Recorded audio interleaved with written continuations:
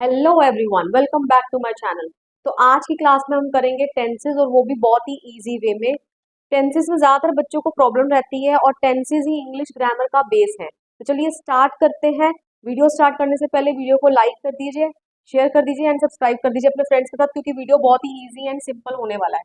तो चलिए स्टार्ट करते हैं। फर्स्ट ऑफ ऑल हम ऐसे सेंटेंसेस की बात कर रहे हैं जो हम डेली रूटीन में रोज बोलते हैं। ये मैं आपको पहले भी एक वीडियो बना चुकी हूँ, लेकिन वीडियो क्वालिटी अच्छी ना होने के कारण मुझे ये एक बार दोबारा से कवर करना पड़ रहा है। तो ऐसे सेंटेंसेस जो हम रूटीन, जो हम काम रोज करते हैं, जैसे मैं रोज सुबह उठती हूँ, स्कूल जाती हूँ, ब्रश करती हूँ, ठीक है। तो आप समझ ही गए, जिनके एंड में ता है, ती है, ते है आता है, उन सेंटेंसेस को हम रूटीन सेंटेंसेस बोलते हैं। और ये हमारी इंग्लिश ग्रामर का सबसे फर्स्ट टेंस है, that is simple present tense. ठीक है, अगर आपने टेंस का नाम भी साथ में जानना है तो this is simple present tense. ठीक है, इसका क्या रूल है, आपने यहाँ पर सिर्फ वर्ब की फर्स्ट फॉर्म का इस्तेमाल करना है, दैट्स इट। और एक चीज ध्यान रखनी है कि अगर आप ही, शी, इट में से कोई भी सब्जेक्ट का इस्तेमाल कर रहे हैं तो आप उसके साथ एस या ई एस लगाएंगे वर्ब की फर्स्ट फॉर्म के साथ। अदरवाइज अगर आपका सब्जेक्ट इनमें से कोई है, आई, वी, यू, दे, तो आपको सिर्फ वर्ब की फर्स्ट फॉर्म इस्तेमाल करनी है। देख लेते हैं कैसे। देखिए कुछ सेंटेंसेस देखते हैं, जैसे राम बाजार जाता है। ओके, तो राम, यहाँ पर जाना क्या है, वर्ब है, ठीक है। तो वर्ब की फर्स्ट फॉर्म क्या हो जाएगी, गो। लेकिन क्योंकि मैं इसको एक ही राम के साथ लगा रही हूँ तो मुझे इसके साथ एस या एस लगाना पड़ेगा। तो Ram goes to the market. Okay, हम बाजार जाते हैं, हम किस कैटेगरी में आ जाता है, वी कैटेगरी में आ जाता है। तो मैं यहाँ लिख दूंगी we go to the market. Okay, ऐसे ही अब नेक्स्ट सेंटेंस देख लेते हैं। रिया बैडमिंटन खेलती है, खुद ट्राई करने की कोशिश कीजिए। मेरे से पहले आप खुद इसको ट्रांसलेट करके देखिए। रिया प्लेस बैडमिंटन। प्लेस क्यों आया, क्योंकि यहाँ पर रिया की बात हो रही है जो कि शी कैटेगरी में आ रही है। ओके, वह एक दूसरे के साथ खेलते हैं, वे they play with each other. Okay, वह एक दूसरे के साथ खेलते हैं, वर्ब की फर्स्ट फॉर्म का इस्तेमाल हो गया। क्यों, क्योंकि दे यहाँ पर आ रहा है। ओके, ऐसे ही हम कई और सेंटेंसेस भी बना सकते हैं, जैसे मैं रोज स्कूल जाती हूँ, I go to school daily. ठीक है, रमन रोज स्कूल जाता है, Raman goes to school daily या एवरीडे। ऐसे ही वह बहुत साफ सुथरा लिखती है। ठीक है, तो क्या लिख देंगे, रिया राइट्स नीटली। ठीक है, बहुत साफ सुथरा लिखती है। ओके, अब यहाँ पर देख लीजिए, हम, वी राइट नीटली। ओके, तो ये हो गया हम साफ सुथरा लिखते हैं। अब आ जाते हैं इसका नेगेटिव फॉर्मेशन। अगर मुझे लिखना है कि हम बाजार नहीं जाते हैं, तो देख लीजिए जहां आपने वर्ब की फर्स्ट फॉर्म का इस्तेमाल करा है वहां पर आपने डू नॉट लगाना है। वहां पर आपने क्या लगाना है, डू नॉट। और जहां आपने वर्ब की फर्स्ट फॉर्म के साथ एस या ई एस लगाया है वहां आपने डज नॉट लगाना है। तो देख लीजिए अब इसका ट्रांसलेशन क्या हो जाएगा, we do not go to the market. Okay, Ram does not go to the market. जैसे ही यहाँ पर डज नॉट लगा तो गोस के साथ जो ईएस था वो आप हटा देंगे, वो गो ही हो जाएगा। तो Ram does not go to the market. Okay, अब इसका कर लेते हैं नेगेटिव। दे, वे एक दूसरे के साथ नहीं खेलते हैं, they do not play with each other. Riya badminton नहीं खेलती है, Riya does not play badminton. Okay, मैं स्कूल नहीं जाती हूँ, आई कैसे कर दूंगी, I do not go to school. Okay, Raman school नहीं जाता है, Raman does not go to school. Okay, हम साफ सुथरा नहीं लिखते हैं, we do not write neatly. Riya साफ सुथरा लिखती है, रिया नहीं लिखती है, Riya does not write neatly. Okay, अब आ जाते हैं इसके इंटेरोगेटिव फॉर्मेशन में। इंटेरोगेटिव में जहां क्वेश्चन पूछा जाए, जैसे हम बाजार नहीं जाते हैं या हम बाजार जाते हैं, क्या हम बाजार जाते हैं, तो हम अपने आप से ही क्वेश्चन पूछ रहे हैं, do we go to the market. Okay, and question mark. Ram goes to the market, क्या राम मार्केट जाता है, does Ram go to the market. करना कुछ क्या है आपने, बस जो आपने हेल्पिंग वर्ब यहाँ पर डू या डस का इस्तेमाल कर रहे हैं, आपने उसको उठाकर आगे ले आना है। ओके, और आपका इंटेरोगेटिव सेंटेंस बहुत इजीली बन जाएगा। देखिए यहाँ देखते हैं, दे प्ले विद ईच अदर, तो क्या वह एक दूसरे के साथ खेलते हैं, do they play with each other. Okay, क्या वह एक दूसरे के साथ खेलते हैं। मुझे कैसे पता चला यहाँ डू आएगा, क्योंकि ये दे कैटेगरी में आ रहा है। दे कैटेगरी में सिर्फ वर्ब की फर्स्ट फॉर्म इस्तेमाल होती है, और जहां वर्ब की फर्स्ट फॉर्म लगती है वहां नेगेटिव किससे बनता है, डू नॉट से, राइट। रिया प्लेज बैडमिंटन, क्या रिया बैडमिंटन खेलती है, डस रिया प्ले बैडमिंटन। ओके, इसी तरीके से आई गो टू स्कूल, क्या मैं रोज स्कूल जाती हूँ या क्या मैं स्कूल जाती हूँ, do I go to school daily, question mark. हम साफ सुथरा लिखते हैं, क्या हम साफ सुथरा लिखते हैं, do we write neatly. Okay, Raman school जाता है, क्या रमन रोज स्कूल जाता है, does Raman go to school daily, question mark. Riya neatly लिखती है, क्या रिया नीटली लिखती है, does Riya write neatly. Okay, so this is the way, आपको ये याद रखना है, बहुत सिंपल है।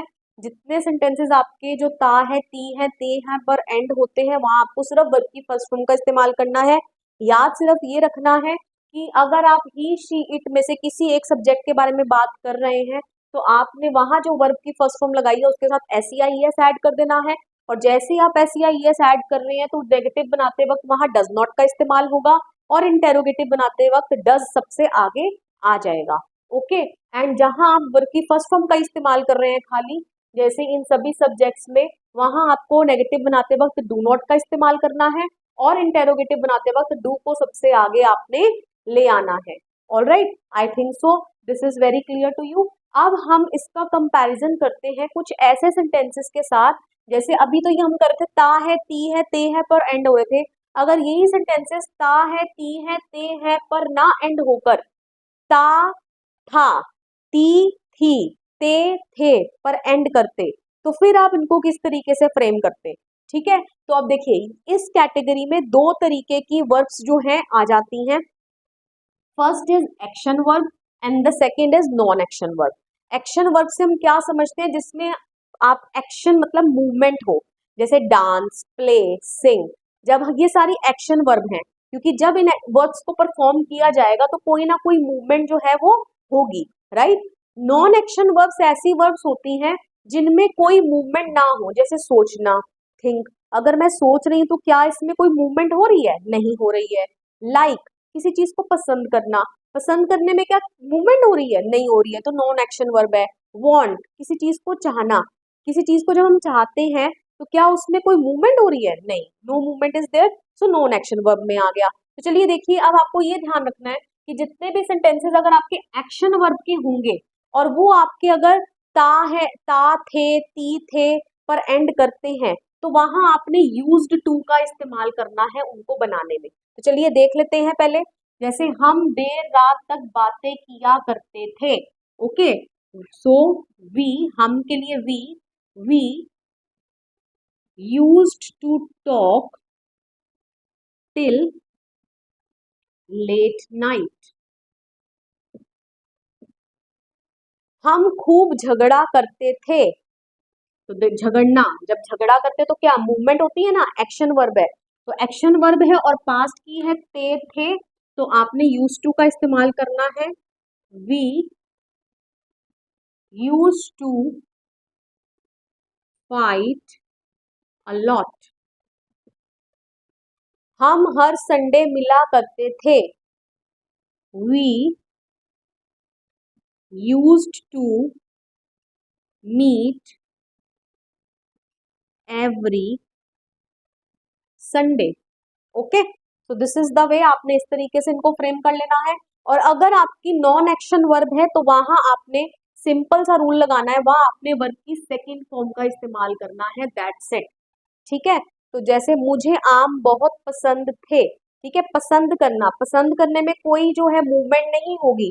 ठीक है, so this is a non action verb. तो यहाँ आपने वर्ब की सेकंड फॉर्म का इस्तेमाल करना है। तो मैं इसको कैसे लिख सकती हूँ? आई लाइक, या मैं लव्ड भी लिख सकती हूँ। I like mangoes. ओके, मैं बड़ा घर खरीदना चाहती थी। आई, अब चाहती थी ना, तो चाहना क्या है? एक नॉन एक्शन वर्ब है। तो नॉन एक्शन वर्ब के लिए वर्ब की second form, I wanted to buy a big house. Okay, तो इस तरीके से आप इनको फ्रेम कर लेंगे। अब आ गया नेगेटिव पर। अगर मुझे इसका नेगेटिव बनाना है, जैसे we use to fight a lot. ठीक है, हम खूब झगड़ा किया करते थे। हम झगड़ा नहीं किया करते थे। ठीक है, तो हम किस तरीके से बना देंगे? We did not use to fight a lot.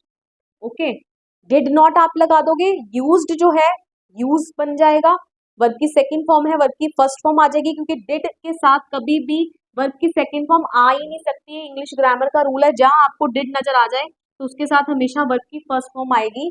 So we did not use to fight a lot. ठीक है, क्या हम खूब झगड़ा किया करते थे? अगर क्वेश्चन मार्क इसका बनाना है तो डिड को उठाकर सबसे आगे ले आओ। Did we use to fight a lot. Okay, तो इस तरीके से आप इसका इंटेरोगेटिव भी फ्रेम कर लेंगे। ओके, अब यहाँ पर क्या है? I wanted to buy a big house, मैं बड़ा घर खरीदना चाहती थी। मैं बड़ा घर नहीं खरीदना चाहती थी, तो यहाँ पर भी आपने डिड नॉट का ही इस्तेमाल करना है। I did not want to buy a big house. क्या आप बड़ा घर खरीदना चाहते थे?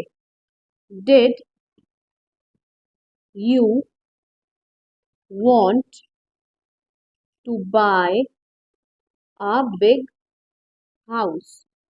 क्या आप बड़ा घर खरीदना चाहते थे? क्या किया मैंने इंटेरोगेटिव बनाने के लिए? डिड को लेकर आ गई सबसे आगे। Did you want to buy a big house? ठीक है, so this is the way, आप इन तरीके से इनको फ्रेम कर सकते हैं। एक बार दोबारा से बता दूंगी, ता है, ती है, ते हैं वाले सेंटेंसेस में आपको वर्ब की फर्स्ट फॉर्म का इस्तेमाल करना है। याद आपको ये रखना है कि ही शी इट अगर आपका सब्जेक्ट है तो वहां वर्ब की फर्स्ट फॉर्म के साथ आपको एस या ई एस ऐड करना है। जहां आप एस या ई एस ऐड कर रहे हैं वहां नेगेटिव बनाते वक्त आपको डस का इस्तेमाल करना पड़ेगा। एंड इंटेरोगेटिव बनाते वक्त आपको डस को उठाकर सबसे आगे ले जाना पड़ेगा।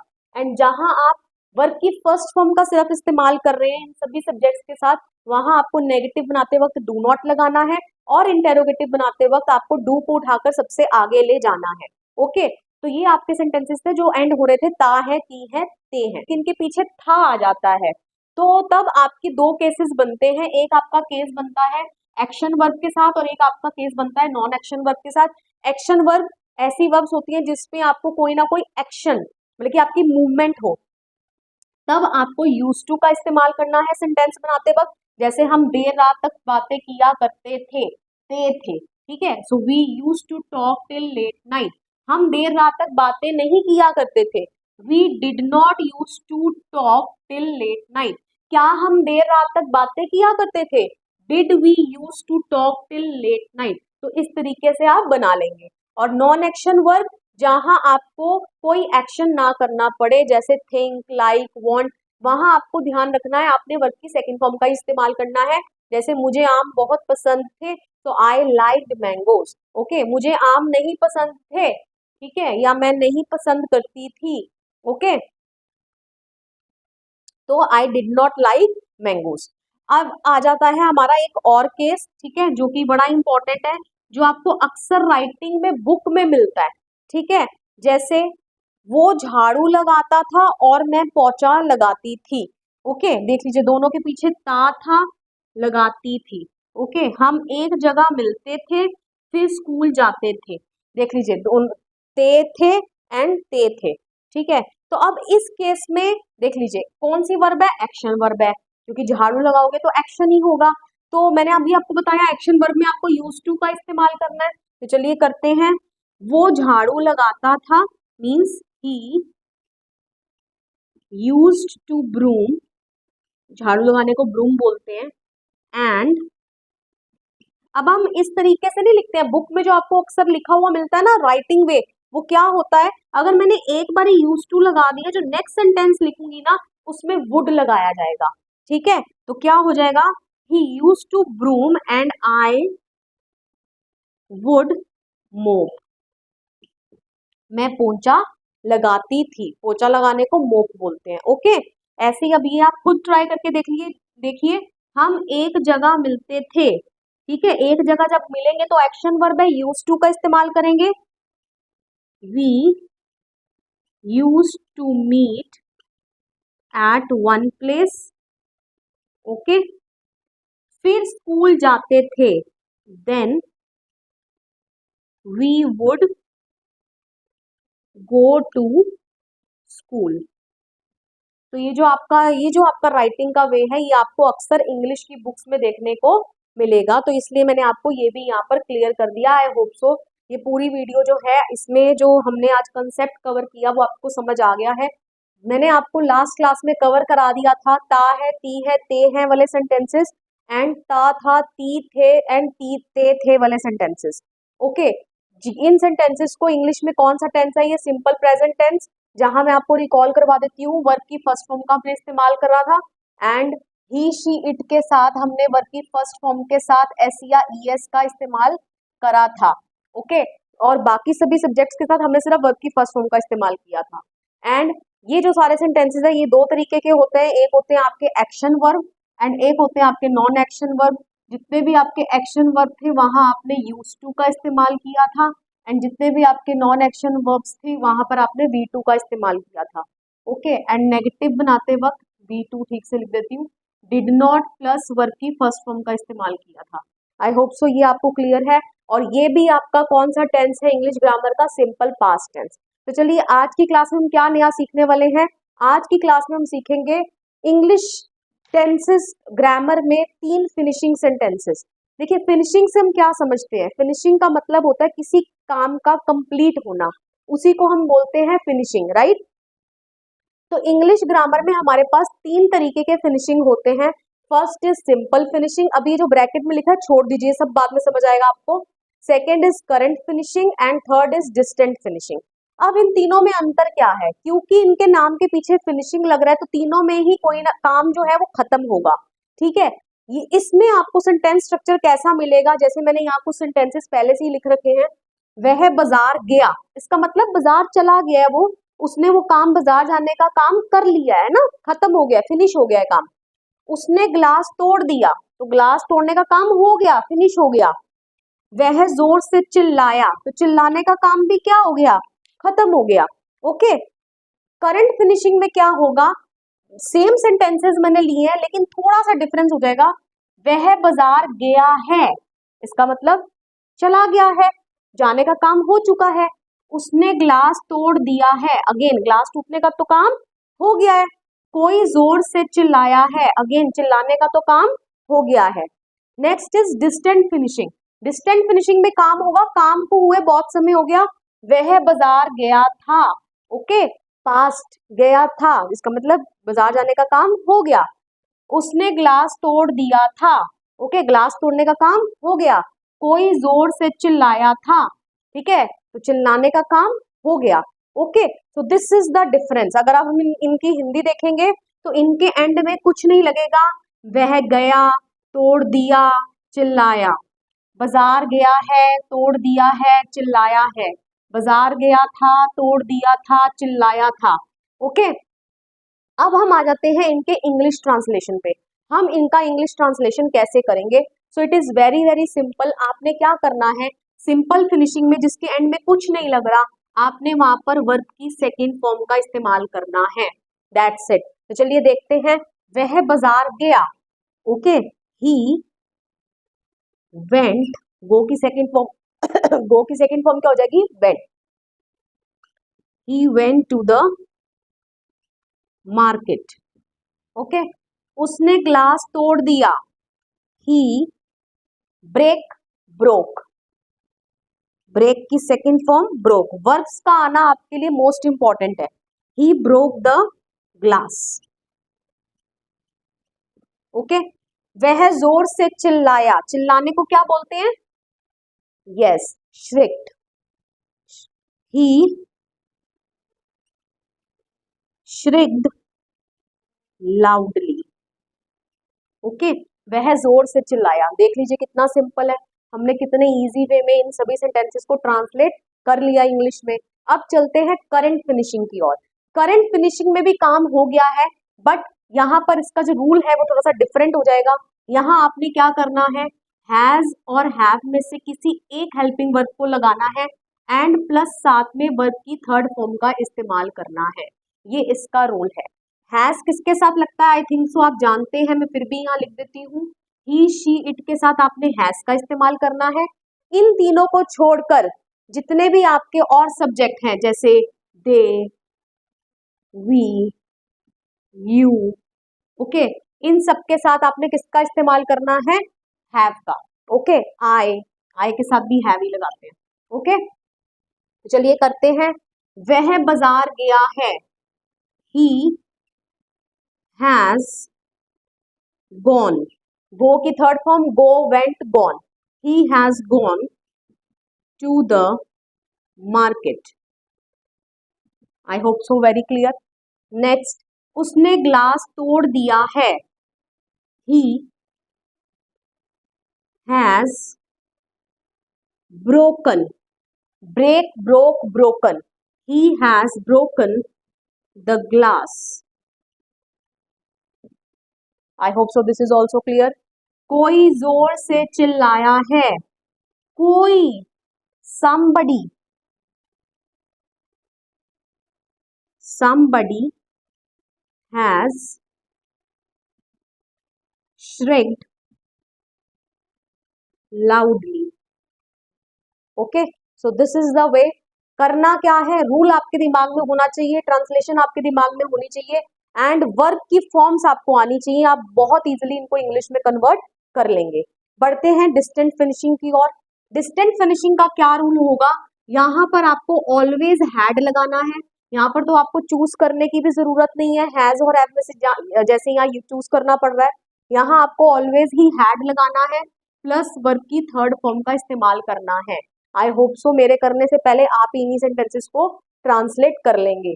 वह बाजार गया था, he had gone to the market. उसने ग्लास तोड़ दिया था। He had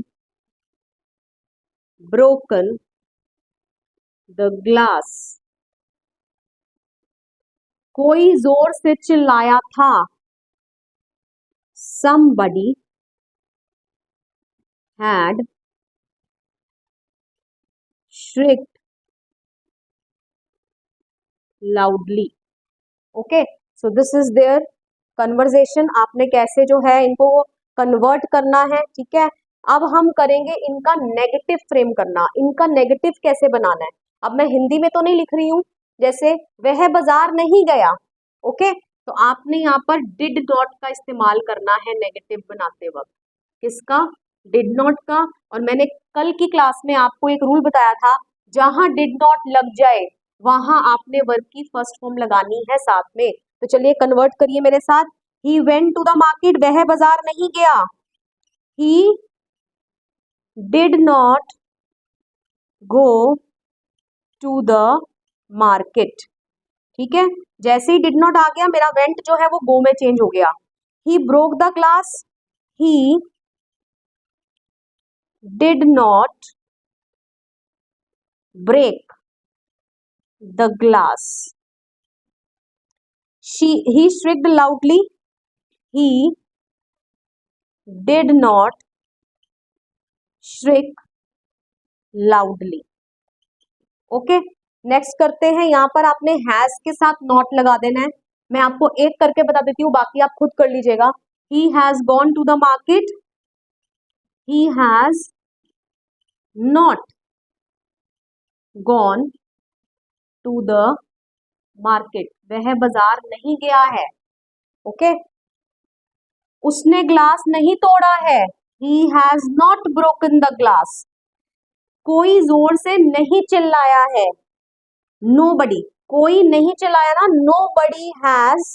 हाँ देखिए, nobody, अब हम इसको यहाँ थोड़ा सा स्ट्रक्चर चेंज हो जाएगा। अब हम इसको इस तरीके से लिखेंगे, nobody has shrieked loudly. अब मैंने यहाँ पर somebody को nobody में चेंज कर दिया, इसलिए यहाँ पर नॉट साथ में नहीं लगेगा, ओके। तो ये एक थोड़ा सा नया स्ट्रक्चर का सेंटेंस था, तो मैंने आपको क्लियर कर दिया है। नेक्स्ट यहाँ पर भी आप इनका नेगेटिव फॉर्मेशन कर लेंगे, हैड के बाद नॉट लगा देंगे। वह बाजार नहीं गया था। He had not gone to the market, okay. Next, उसने ग्लास नहीं तोड़ा था। He had not broken the glass.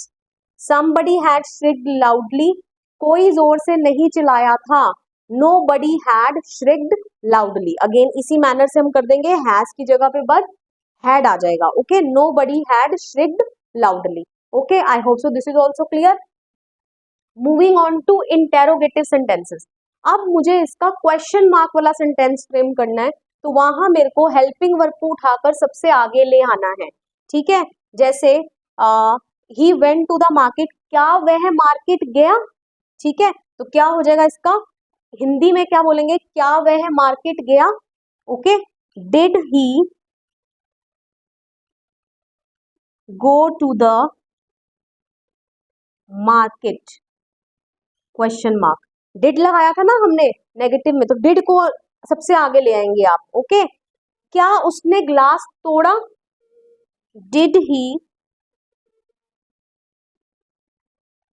Break the glass. Verb की सेकंड फॉर्म क्यों नहीं लगा रही, वर्ब की फर्स्ट फॉर्म क्यों लग रही है यहाँ पे, क्योंकि डिड आ रहा है। जहां डिड आ जाता है वहां वर्ब की सेकंड फॉर्म जो है वर्ब की फर्स्ट फॉर्म में चेंज हो जाती है। इस रूल को तो आप अपने दिमाग में बिठा ही लीजिए, ठीक है। क्या वह तेज चिल्लाया, did he shriek loudly and question mark.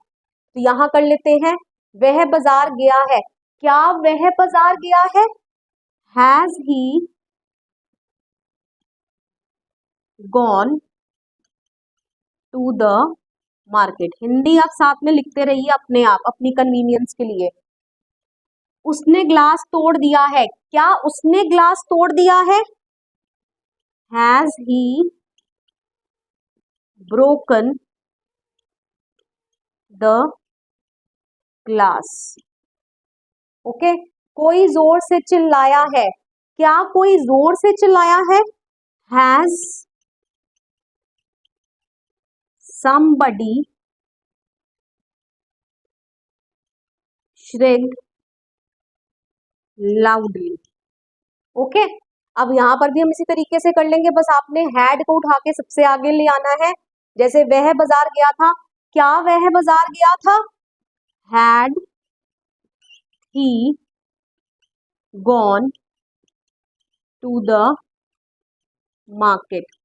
आगे के सेंटेंसेस आप खुद कीजिए। उसने ग्लास तोड़ दिया था। क्या उसने ग्लास तोड़ दिया था? Had he broken the glass. Okay, कोई जोर से चिल्लाया था। क्या कोई जोर से चिल्लाया था? Had somebody shrieked loudly। Okay, so I hope so आपको इन तीनों टाइप के जो फिनिशिंग है, सिंपल फिनिशिंग, वह गया, वह सोया, उसने खाना खा लिया, वह चला गया, ठीक है, उसने अपना काम कर लिया, ठीक है, जिनके पीछे कुछ नहीं आएगा, ना है आएगा ना था आएगा, ऐसे सभी सेंटेंसेस सिंपल फिनिशिंग की कैटेगरी में आएंगे। वर्ब की सेकंड फॉर्म का इस्तेमाल करना है। नेगेटिव बनाते वक्त डिड नॉट लगाना है और साथ में वर्ब की फर्स्ट फॉर्म लगानी है। एंड इंटेरोगेटिव बनाते वक्त डिड को उठाकर सबसे आगे ले आना है। ओके, करंट फिनिशिंग, इनके पीछे है लग जाएगा। जैसे वह सो गया है, वह चला गया है, उसने अपना काम कर लिया है। ओके, इसमें आपको हैज हैव में से किसी एक को चूज करना है एंड वर्ब की थर्ड फॉर्म लगानी है। नेगेटिव के लिए इनके बाद हैज हैव के बाद आप नॉट लगा देंगे एंड इंटेरोगेटिव के लिए हैज हैव जो भी हेल्पिंग वर्ब आप यूज कर रहे हैं उसको उठाकर आप सबसे आगे ले आएंगे। डिस्टेंट फिनिशिंग, था लग जाएगा, वह चला गया था, उसने अपना काम कर लिया था, वह सो गया था। ओके, तो इन सब सेंटेंसेस में आपने हैड प्लस V3 का इस्तेमाल करना है। नेगेटिव के लिए आपने हैड के बाद नॉट लगाना है एंड वर्ब की थर्ड फॉर्म लगानी है।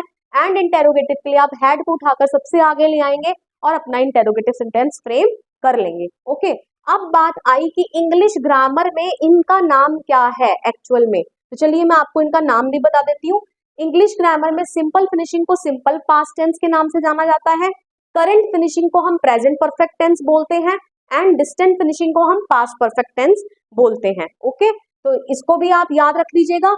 एंड देखिए, सिंपल पास्ट टेंस जो है, जो मैंने आपको ता था, ती थी एंड ते थे वाले सेंटेंसेस कल की क्लास में करवाए थे, तो ये भी सिंपल पास्ट कैटेगरी में ही आता है। तो सिंपल पास्ट जो सेंटेंसेस होते हैं वो दो तरीके से फ्रेम हो सकते हैं। एक तो इस तरीके से जिनके एंड में कुछ नहीं लगता, जैसे वह बाजार गया, उसने ग्लास तोड़ दिया, वह जोर से चिल्लाया। और एक इस तरीके से भी बनते हैं, जैसे मैं म्यूजिक पसंद करती थी, मैं रोज सैर किया करती थी, ओके, मैं उसे चाहती थी। ओके, जिनमें एक्शन वर्ब्स भी आएंगे, नॉन एक्शन वर्ब्स भी आएंगे। इनको मैं आपको क्लियर कर चुकी हूँ, आपने किस तरीके से फ्रेम करना है। ओके, अब मैं आपको दे देती हूँ सेंटेंस में इनका आइडेंटिफिकेशन। आपको कैसे पता चलेगा यहाँ पर आपने सिंपल पास्ट टेंस का इस्तेमाल करना है। ओके, कहीं ऐसा सेंटेंस जिसके अंदर आपको मैं आपको कुछ पॉइंटर्स दे रही हूँ, ये आप याद रखिएगा, this is very very important. Okay, ऐसा कोई भी सेंटेंस जिसमें आपको नजर आ जाए लास्ट ईयर, ठीक है, लास्ट नाइट, ओके, येस्टरडे,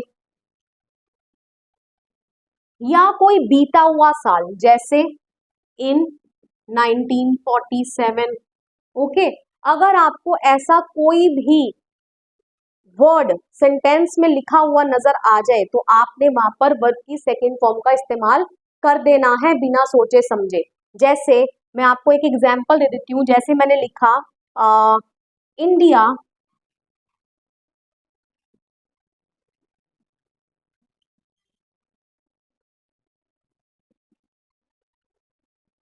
आपको इस तरीके से पेपर में आ जाएगा। ओके, यहाँ पर आप कौन सी वर्ब की फॉर्म लगाएंगे? इंडिया डैश फ्रीडम इन 1947, ब्रैकेट में लिखा है गेट, तो यहाँ पर आप क्या लगाएंगे? इंडिया को, भारत को 1947 में आजादी मिली। ओके, आप इसका हिंदी भी ट्रांसलेशन करके देखेंगे, इसी तरीके से होगा। अदरवाइज मैंने आपको बता दिया, पास्ट का ईयर लिखा है, आपने सिर्फ वर्ब की सेकेंड फॉर्म का इस्तेमाल कर देना है। तो India got freedom in 1947। Okay, next, it dash,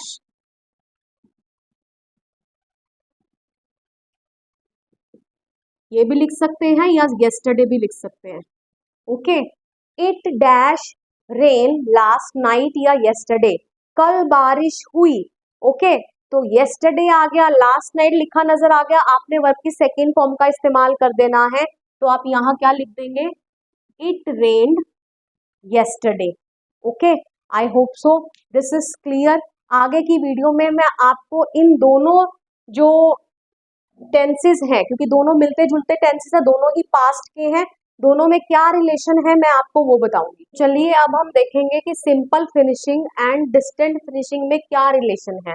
okay, क्योंकि दोनों ही जो है वो पास्ट के लिए इस्तेमाल किए जाते हैं, जैसे वह बाजार गया या वह बाजार गया था। ठीक है, उसने ग्लास तोड़ दिया, उसने ग्लास तोड़ दिया था, दोनों ही पास्ट की बात करते हैं। तो दोनों में डिफरेंस क्या है, तो देखिए यहाँ मैंने लिखा हुआ है, सिंपल फिनिशिंग मतलब simple past, it describes the action that occurred in the past. ये ऐसे एक्शन को डिस्क्राइब करता है जो पास्ट में ऑलरेडी अकर हो चुका है। Alright, okay. And distant finishing, जिसको हम पास्ट परफेक्ट भी कहते हैं, while it describes events or actions that happened before another past event or action। तो देखिए इसका बेसिकली ज्यादातर इस्तेमाल हम कब करते हैं, मैंने इसको समझाने के लिए यहाँ कुछ सेंटेंसेस लिख दिए हैं। जैसे डॉक्टर के आने से पहले पेशेंट मर चुका था। अब देखिए यहाँ पर दो जो है एक्शन हो रहे हैं और दोनों ही पास्ट में हो रहे हैं। आप बोलेंगे कौन से दो एक्शन हैं, देख लीजिए, डॉक्टर के आने से पहले एक तो डॉक्टर आया और पेशेंट मर गया। ओके, तो इन दोनों में से पहले क्या काम हुआ, तो एक बार दोबारा से सेंटेंस पढ़ लेते हैं। डॉक्टर के आने से पहले पेशेंट मर चुका था। पहले डॉक्टर आया या पहले पेशेंट मर गया था, तो ऑब्वियसली आप बोलेंगे कि पहले जो है पेशेंट के मरने का काम हुआ है, क्योंकि डॉक्टर बाद में आया है, क्योंकि डॉक्टर के आने से पहले ही पेशेंट मर चुका था। ओके, अब आपने इसमें करना क्या है, ये दोनों ही एक्शन पास्ट में हो रहे हैं, तो जो एक्शन पहले हो रहा है उसमें आपने डिस्टेंट फिनिशिंग का इस्तेमाल करना है, मतलब कि आपने हैड प्लस वर्ब की थर्ड फॉर्म का इस्तेमाल करना है। Okay, let me take the pen please. इसमें आपने हैड प्लस वर्ब की थर्ड फॉर्म का इस्तेमाल करना है, एंड दूसरे एक्शन में आपने वर्ब की सेकेंड फॉर्म का इस्तेमाल करना है। तो देखिए हम कैसे लिखेंगे, डॉक्टर के आने से पहले पेशेंट मर चुका था, अब हम इसे इंग्लिश में लिखेंगे, the patient had died before the doctor came। Okay, next sentence देख लेते हैं। मैंने स्टेशन पहुंचने के बाद अपनी मदर को कॉल किया। इसका मतलब मैं पहले स्टेशन पहुंची। ओके, पहले ये वाला एक्शन हुआ, क्योंकि स्टेशन पहुंची उसके बाद मैंने अपनी मदर को कॉल किया। ओके, तो पहले स्टेशन पहुंचने का काम हुआ। तो अब यहाँ पर यहाँ इसमें इस पार्ट में मेरे को हैड प्लस V3 का इस्तेमाल करना है। ओके, एंड नेक्स्ट पार्ट में जो कॉल किया यहाँ मेरे को V2 लगानी है। तो मैं किस तरीके से लिखूंगी कि आई कॉल्ड, मैंने अपनी मदर को कॉल किया ना, वर्ब की सेकेंड फॉर्म आएगी, I called my mother after I had reached the station। Okay, clear. चलिए नेक्स्ट सेंटेंस देख लेते हैं। जब मैं स्टेशन पहुंची ट्रेन जा चुकी थी। इसका मतलब मेरे स्टेशन पहुंचने से पहले ही ट्रेन जा चुकी थी, क्योंकि जब मैं स्टेशन पहुंची तब तो ट्रेन जा चुकी थी, इसका मतलब ट्रेन के जाने का काम पहले हुआ। ओके, तो यहाँ पर इस पार्ट में आप हैड प्लस V3 का इस्तेमाल करेंगे, एंड इस पार्ट में आप V2 का इस्तेमाल करेंगे। ओके, जब के लिए व्हेन का इस्तेमाल होता है, तो क्या लिखूंगी, when I reached at the station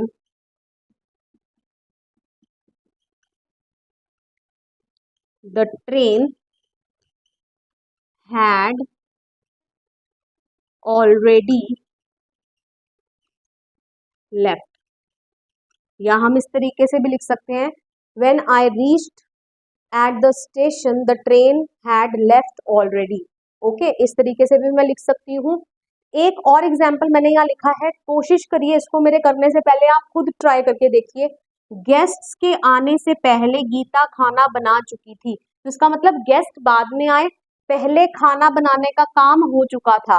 तो ऑब्वियसली यस, बिल्कुल ठीक कह रहे हैं आप। यहाँ आपने हैड प्लस V3 का इस्तेमाल करना है एंड यहाँ पर आपने V2 का इस्तेमाल करना है। तो मैं क्या लिखूंगी, Gita had cooked food before the guests came. Okay, या before the guests arrived, arrived भी मैं लिख सकती हूँ यहाँ पे। ओके, तो डिस्टेंट फिनिशिंग का इस्तेमाल जो है वो इस तरीके से किया जाता है, जब एक ही सेंटेंस में दो एक्शंस हो रहे हो तो जो एक्शन पहले हुआ है उस एक्शन को डिस्क्राइब करने के लिए हम डिस्टेंट फिनिशिंग का इस्तेमाल करते हैं। तो यही यहाँ लिखा था, इट डिस्क्राइब्स इवेंट्स और actions that happened before another past event और action. Okay, I hope so इस वीडियो में आपको इंग्लिश लैंग्वेज के तीनों फिनिशिंग जो है वो क्लियर हो चुके हैं। एंड इस वीडियो में हम बेसिकली 4 टेंसेस जो हैं इंग्लिश ग्रामर के वो हम कवर कर चुके हैं। 3 जो है फिनिशिंग एंड एक हमने सिंपल प्रेजेंट टेंस जो पीछे वाली वीडियो में कवर किया था। आज की क्लास में हम करेंगे टेंसेस के आगे का पार्ट। अभी तक हम कौन कौन से टेंसेस कर चुके थे एक बारी आपको रिकॉल करवा देती हूँ। हमने रूटीन सेंटेंसेस कर लिए थे जिसको हम सिंपल प्रेजेंट टेंस के नाम से जानते हैं। हमने 3 तरीके के फिनिशिंग भी कर लिए थे जो कि है simple finishing, current finishing and distant finishing. Okay, simple finishing को हम सिंपल पास्ट टेंस भी के नाम से भी जानते हैं, करंट फिनिशिंग को हम प्रेजेंट परफेक्ट के नाम से जानते हैं, डिस्टेंट फिनिशिंग को पास्ट परफेक्ट के नाम से जानते हैं। अब आज की क्लास में हम करेंगे real present and real present with time. तो चलिए, रियल प्रेजेंट से आप क्या समझे। देखिए, रियल मतलब क्या होता है, जो चीज असली में एग्जिस्ट करे। ओके, तो रियल रियल में है लेकिन प्रेजेंट में है। जैसे जैसे मैं अभी आपको अभी पढ़ा रही हूँ। ओके, तो जैसे मैं लिखूं कि हम पढ़ रहे हैं। ओके, तो इसका आइडेंटिफिकेशन क्या हो जाएगा, इसके पीछे रहे हैं आएगा। ओके, रहा है, रही है और रहे हैं। ओके, रियल में वो काम जो है वो चल रहा है, रियल में प्रेजेंट है। इसको टेंस की भाषा में हम प्रेजेंट कॉन्टिन्यूअस टेंस के नाम से जानते हैं। ओके, इसका क्या रूल होता है, आपने इज एम आर में से कोई एक हेल्पिंग वर्ब का इस्तेमाल करना है, प्लस वर्ब की फर्स्ट फॉर्म के साथ आपने आईएनजी लगाना है। ओके, इज आपको पता है सिंगुलर के साथ लगता है और उसमें ही, शी, इट आ जाता है। आई जो के साथ एम लगता है एंड आर लगता है यू, दे, वी के साथ। ओके, तो चलिए कर लेते हैं, हम पढ़ रहे हैं। ओके, हम पढ़ रहे हैं, सो इसका क्या हो जाएगा, वी आर स्टडिंग। ओके, कुछ भी नहीं करा मैंने, इज एम आर में से कोई एक लगा दिया सब्जेक्ट के अकॉर्डिंगली, हम बहुत सारे हैं तो वी आर स्टडी जो है वर्ब की फर्स्ट फॉर्म है, स्टडी के साथ आईएनजी लगा दिया, we are studying. Okay, negative बनाना है, आप हेल्पिंग वर्ब के बाद नॉट लगा दीजिए, वी आर नॉट स्टडिंग, हम नहीं पढ़ रहे हैं। ओके, क्या हम पढ़ रहे हैं या क्या तुम पढ़ रहे हो। Okay, are you studying, are you studying हो गया, मतलब क्या तुम पढ़ रहे हो। ओके, ऐसे ही आप कोई भी सेंटेंसेस बना सकते हैं, जैसे मैं बोलूं बच्चे सो रहे हैं। ओके, चिल्ड्रन आर स्लीपिंग, बच्चे नहीं सो रहे हैं, नेगेटिव फॉर्मेशन आप कीजिए, children are not sleeping. Okay, are के बाद आप नॉट लगा देंगे, बाकी सारा आपका सेम रहेगा। क्या बच्चे सो रहे हैं, are children sleeping. Okay, and question mark. तो ये आपके सारे वो सेंटेंसेस थे जो रियलिटी में एग्जिस्ट कर रहे हैं, मतलब कि रियल में प्रेजेंट हैं, जिसको हम प्रेजेंट कॉन्टिन्यूस के नाम से भी जानते हैं। अब मैं रियल प्रेजेंट के साथ अगर टाइम को लगा दूं, जैसे मैंने यहाँ बोला हम पढ़ रहे हैं, अगर मैं इसके साथ टाइम ऐड कर दूं, जैसे मैंने बोला कि हम 2 घंटे से पढ़ रहे हैं, हम 2 घंटों से पढ़ रहे हैं, तो ये तो अगर मैं लिखती हूँ कि हम पढ़ रहे हैं, दैट इज रियल प्रेजेंट। लेकिन अब मैंने इसके साथ टाइम लगा दिया कि हम 2 घंटे से पढ़ रहे हैं, हम सुबह से पढ़ रहे हैं, कुछ भी हो सकता है। तो जैसे ही आप इसके साथ टाइम लगा देंगे तो इसका रूल चेंज हो जाएगा। अब इसका रूल क्या हो जाएगा, आपको हैज या हैव में से किसी एक को चूज करना पड़ेगा, प्लस बीन लगाना पड़ेगा ऑलवेज, एंड वर्ब की फर्स्ट फॉर्म के साथ आईएनजी। ओके, तो हैज आपको पता है किसके साथ आता है, ही शी इट के साथ हम हैज का यूज करते हैं, एंड हैव का यूज हम करते हैं आई यू वी दे के साथ। ओके, तो चलिए करते हैं। हम 2 घंटों से पढ़ रहे हैं, we have been studying for 2 hours। Okay, अब यहाँ पर मैंने फोर क्यों लगाया, अभी मैं आपको ये समझाऊंगी, थोड़ा सा सब्र रखिए, बी पेशेंट। ठीक है, अब इसका नेगेटिव बनाते हैं। हम 2 घंटों से नहीं पढ़ रहे हैं, तो हेल्पिंग वर्ब के बाद आप नॉट लगा दीजिए, we have not been studying for 2 hours। Okay, क्या आप 2 घंटों से पढ़ रहे हो, ठीक है, have you been studying for 2 hours। ठीक है, क्या आप 2 घंटे से पढ़ रहे हैं, okay, have you been studying for 2 hours। Okay, time लग गया, तो हमें टाइम के लिए या तो फॉर का यूज करते हैं हम, या तो सिंस का यूज करते हैं। तो थोड़ा सा आ जाइए, देख लीजिए यहाँ पर थोड़ा सा समझ लीजिए कि सिंस आपको कब यूज करना है एंड फॉर आपको कब यूज करना है। तो देखिए मैंने यहाँ लिखा है सिंस जो है आपका यूज होता है पॉइंट ऑफ टाइम के लिए, वेयर एज फॉर जो आपका इस्तेमाल होता है that is used for period of time. अब इससे हम क्या समझे, तो देखिए थोड़े से एग्जांपल देखिए। पॉइंट मतलब किस पॉइंट पर आपने वो काम करना स्टार्ट किया, जैसे सिंस 2000, ओके, 2000 से।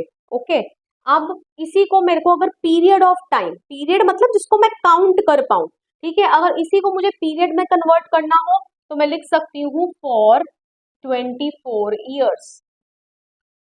ओके, क्योंकि अभी आज 2024 चल रहा है, 2000 से लेकर अभी 2024 तक कितने साल हो गए, 24 years। ओके, ईयर्स आएगा यहाँ पे। ओके, तो ऐसे ही सिंस मॉर्निंग, सुबह से, लेकिन सुबह से लेकर अभी तक कुछ घंटे तो हो गए होंगे ना, तो अगर मेरे को इसको पीरियड में कन्वर्ट करना है तो मैं लिख दूंगी फॉर 6 hours। ओके, अब मैं लिख सकती हूँ सिंस मंडे, मंडे से, लेकिन मंडे से लेकर अभी तक कुछ डेज तो हो गए होंगे, अगर मुझे इसको पीरियड में कन्वर्ट करना है तो मैं लिख दूंगी for let suppose 2 days। Okay, for 2 days, for 3 days, कुछ भी लिख सकते हैं हम। ओके, तो इस तरीके से आप आइडेंटिफाई कर लेंगे कि आपको सिंस लगाना है या फॉर लगाना है। लेट सपोज अगर मैं यहाँ पर 2 घंटे ना लिखकर मैं ये लिख देती कि हम सुबह से पढ़ रहे हैं, तो यहाँ पर फॉर की जगह पे आप क्या लगा देते, सिंस लगा देते, तब सेंटेंस आपका क्या हो जाता, that we have been studying since morning, हम सुबह से पढ़ रहे हैं। ओके, मैं जनवरी से इंग्लिश सीख रही हूँ। ओके, तो कैसे करूं, कैसे लिखूंगी, आप मेरे साथ कन्वर्ट करिए। आई, क्योंकि टाइम साथ में आ गया, अगर मैं इंग्लिश सीख रही हूँ तब तो मैं लिख दूंगी आई एम लर्निंग इंग्लिश, तब तो मैं लिख दूंगी I am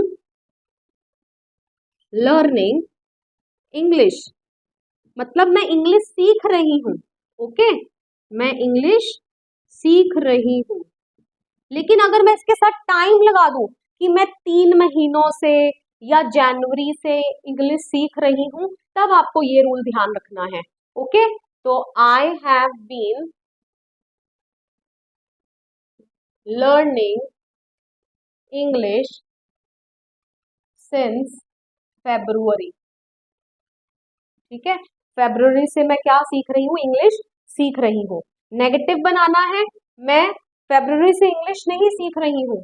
I have not been learning English since February. बाकी सारा सेंटेंस आपका सेम हो जाएगा। क्या आप फेब्रुअरी से क्लासेस अटेंड कर रहे हैं? Have you been attending English classes since February?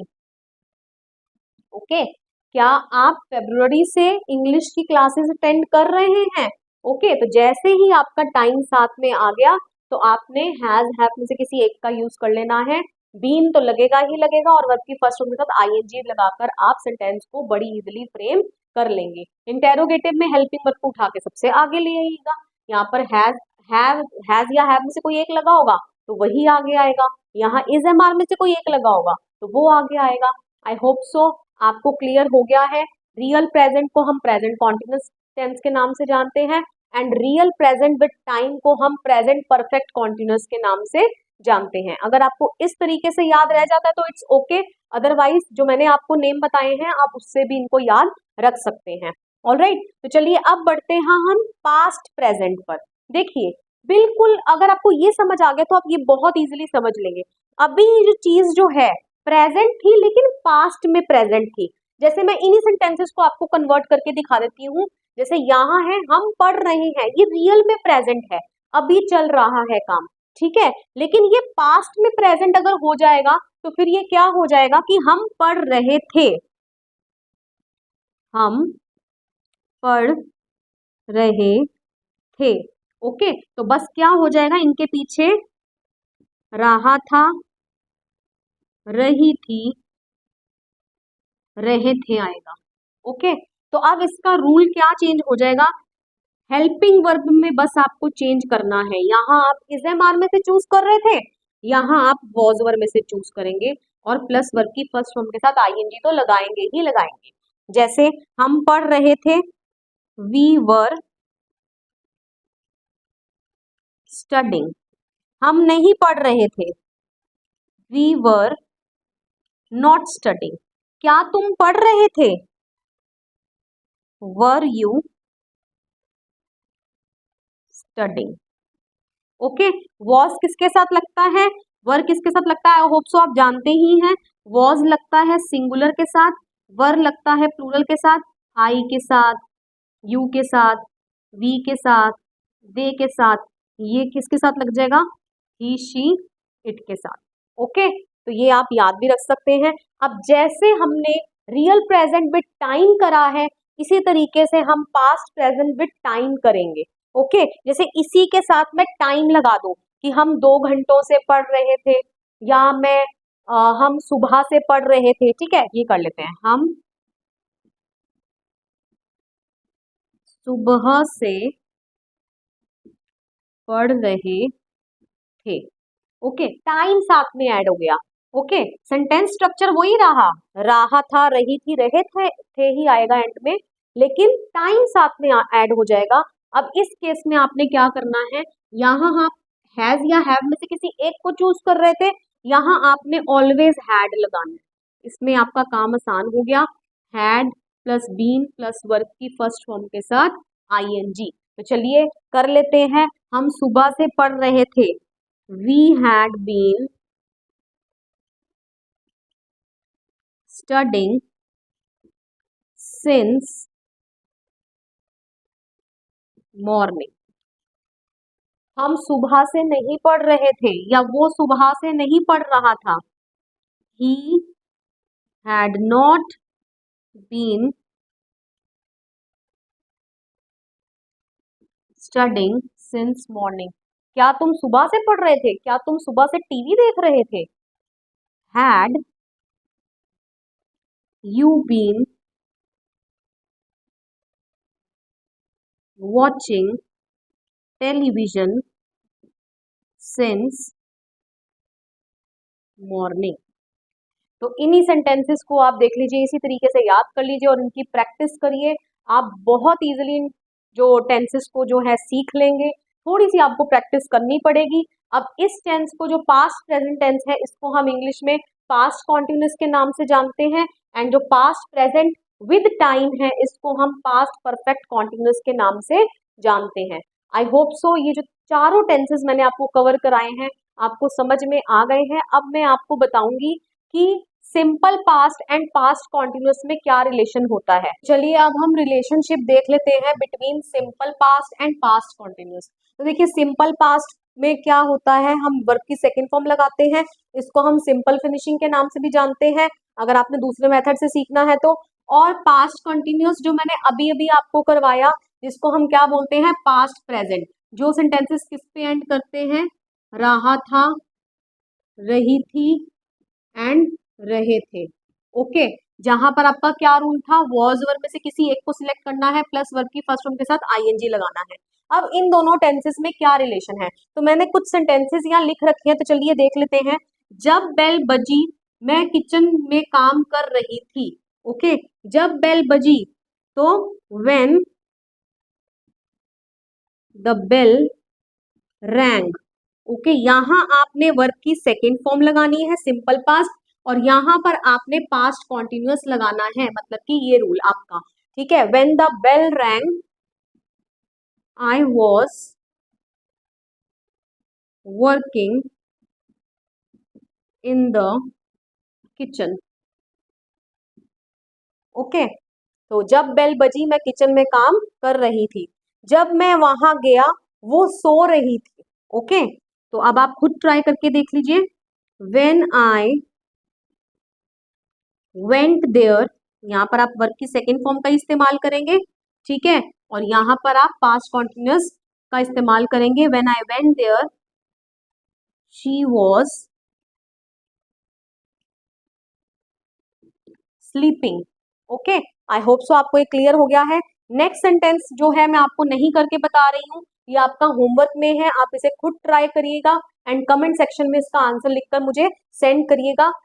Next sentence है क्या, जब मैंने उसे देखा वह रो रही थी। ओके, जब मैंने उसे देखा वह रो रही थी। तो इस सेंटेंस को आप खुद करिए और मुझे कमेंट सेक्शन में इसका आंसर दीजिए। तो आज की क्लास में हम करेंगे टेंसेस, जिसमें मैं आपको प्रेजेंट एंड पास्ट टेंस के चारों पार्ट करवा चुकी हूँ पिछली वीडियोस में। अगर आपने नहीं देखी हैं तो पहले उन वीडियोस को आप देख लीजिएगा।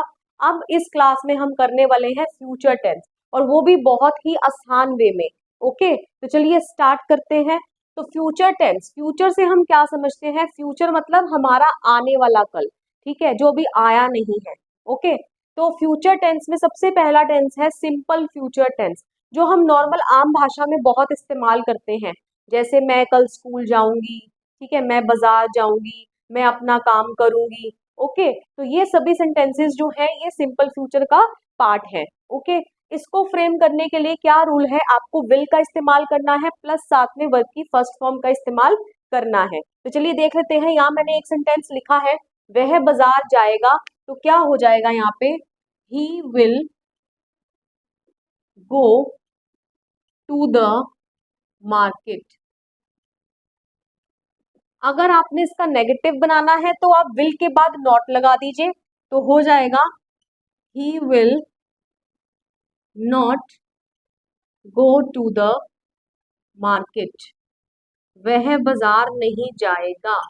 ओके, अगर आपने इंटेरोगेटिव सेंटेंस बनाना है, मतलब कि आपने अगर क्वेश्चन पूछना है कि क्या तुम बाजार जाओगे, ठीक है, तो किस तरीके से बनाएंगे, विल को लेकर आप सबसे आगे आ जाइए। ठीक है, will you go to the market. Okay, क्या तुम बाजार जाओगे, क्या तुम क्विज कंपटीशन में पार्टिसिपेट करोगे। चलिए कन्वर्ट करिए, will you participate in quiz competition. Okay, so this is the way, आप इस तरीके से बहुत इजीली इन सेंटेंसेस को फ्रेम कर सकते हैं। चलिए अब हम बढ़ते हैं फ्यूचर प्रेजेंट में। तो देखिए जब मैंने आपको प्रेजेंट रियल प्रेजेंट करवाया था उसके अंदर जैसे मैं सो रही हूँ, okay, I am sleeping, okay. Past present वह सो रही थी, शी वॉज स्लीपिंग। अब इसके अंदर ये काम हम एक्सपेक्ट कर रहे हैं कि ये फ्यूचर में प्रेजेंट होगा, मतलब फ्यूचर में हो रहा होगा। तो क्या बोला जाएगा यहाँ पे कि वह सो रही होगी, ओके। हम एक्सपेक्ट कर रहे हैं कि ये वाला काम फ्यूचर में हो रहा होगा, ओके। तो अब इसका क्या रूल है, आपने विल बी तो लगाना ही लगाना है ऑलवेज, प्लस वर्ब की फर्स्ट फॉर्म के साथ आईएनजी लगा देना है। तो चलिए करते हैं इस सेंटेंस को कन्वर्ट। वह सो रही होगी, शी विल बी स्लीपिंग, ठीक है। अगर आपने इसका नेगेटिव बनाना है तो आप विल के बाद नॉट लगा दीजिए, तो क्या हो जाएगा, she will not be sleeping, वह नहीं सो रही होगी, ओके। अगर आपने क्वेश्चन बनाना है, क्वेश्चन पूछ रहे हो क्या वह सो रही होगी, विल को ले आइए सबसे आगे, okay. Will she be sleeping at this time, क्या वो इस वक्त सो रही होगी, ओके। तो ये तरीका है, आप इस तरीके से फ्यूचर प्रेजेंट को आप बहुत सिंपली बना सकते हैं। अब देख लेते हैं हम फ्यूचर प्रेजेंट विद टाइम।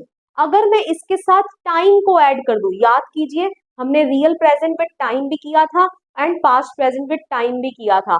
जैसे मैं पढ़ रही हूँ या मैं सो रही हूँ, मैं 2 घंटे से सो रही हूँ, या वह सो रही है, वह 2 घंटे से सो रही है, ओके। वह सो रही थी, वह 2 घंटों से सो रही थी, ओके। तो इन द सेम मैनर अब इसके साथ भी हम टाइम को लगा सकते हैं। तो ये रहा, हम पहले हम इसी टेंस को कवर कर लेते हैं, future present with time.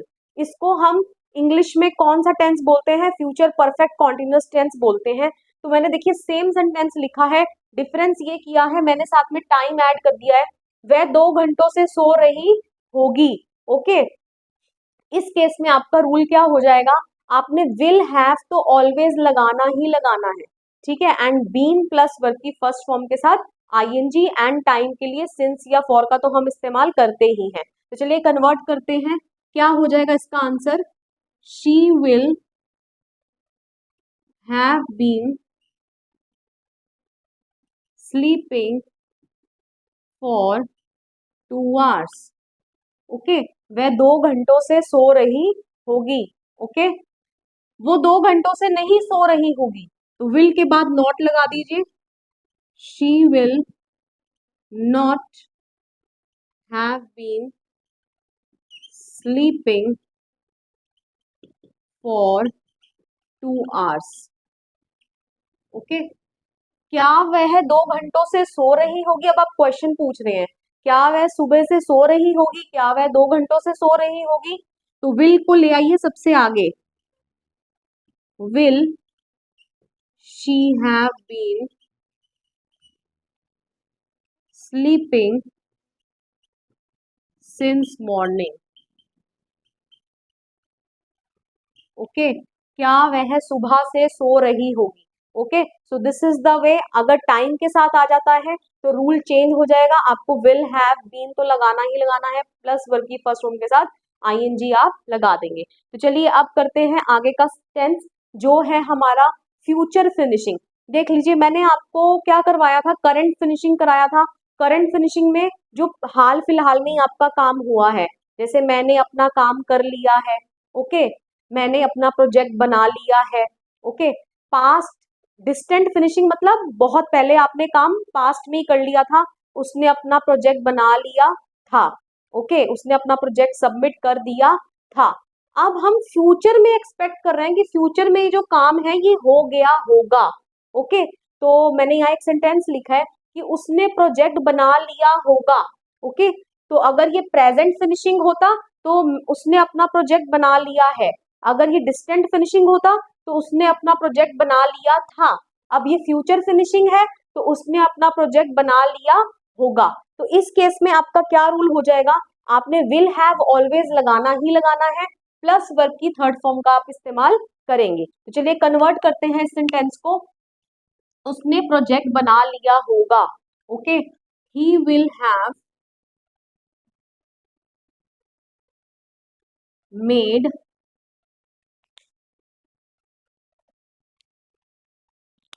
The project. Okay, he will have made the project, उसने प्रोजेक्ट बना लिया होगा। उसने प्रोजेक्ट नहीं बनाया होगा अभी तक, ठीक है। तो विल के बाद नॉट लगा दीजिए अगर आपने नेगेटिव सेंटेंस बनाना तो। ही will not have made the project. अगर आप क्वेश्चन पूछ रहे हैं क्या उसने अपना प्रोजेक्ट बना लिया होगा, तो विल को ले आइए सबसे आगे। Will he have made his project, क्या उसने उसका प्रोजेक्ट बना लिया होगा, या आप द प्रोजेक्ट भी लिख सकते हैं। Will he have made the project. Okay, यहाँ बच्चों को क्या कंफ्यूजन हो जाती है कि यहाँ पर जैसे ही लगा है तो साथ में हैव लग रहा है, नहीं तो जब हैज और हैव मैंने आपको बताया था तो मैंने आपको बताया था कि ही शीट के साथ ऑलवेज हैज आता है। लेकिन यहाँ आपको कोई टेंशन नहीं लेनी है, यहाँ पर आपको कोई भी आपका सब्जेक्ट हो, चाहे वो I, you, we, they, he, she, it, कोई भी आपका सब्जेक्ट हो, आपने सबके साथ विल हैव का ही इस्तेमाल करना है, आपने हैज कहीं यूज करना ही नहीं है। ओके, सो आई होप सो आपको ये चारों जो फ्यूचर के पार्ट हैं वो क्लियर हो गए हैं, इसमें कोई डाउट नहीं रह गया है। ये चारों सेंटेंसेस हैं आपके होमवर्क में, इन चारों सेंटेंसेस को आप कन्वर्ट करिएगा एंड कमेंट सेक्शन में इनका आंसर दीजिएगा। देख लेते हैं सेंटेंसेस। वह खाना बनाएगी सिंपल फ्यूचर की कैटेगरी में आ जाएगा, वह खाना बना रही होगी तो फ्यूचर प्रेजेंट की कैटेगरी में आ जाएगा, ये जिसको हम फ्यूचर कॉन्टिन्यूअस के नाम से भी जानते हैं।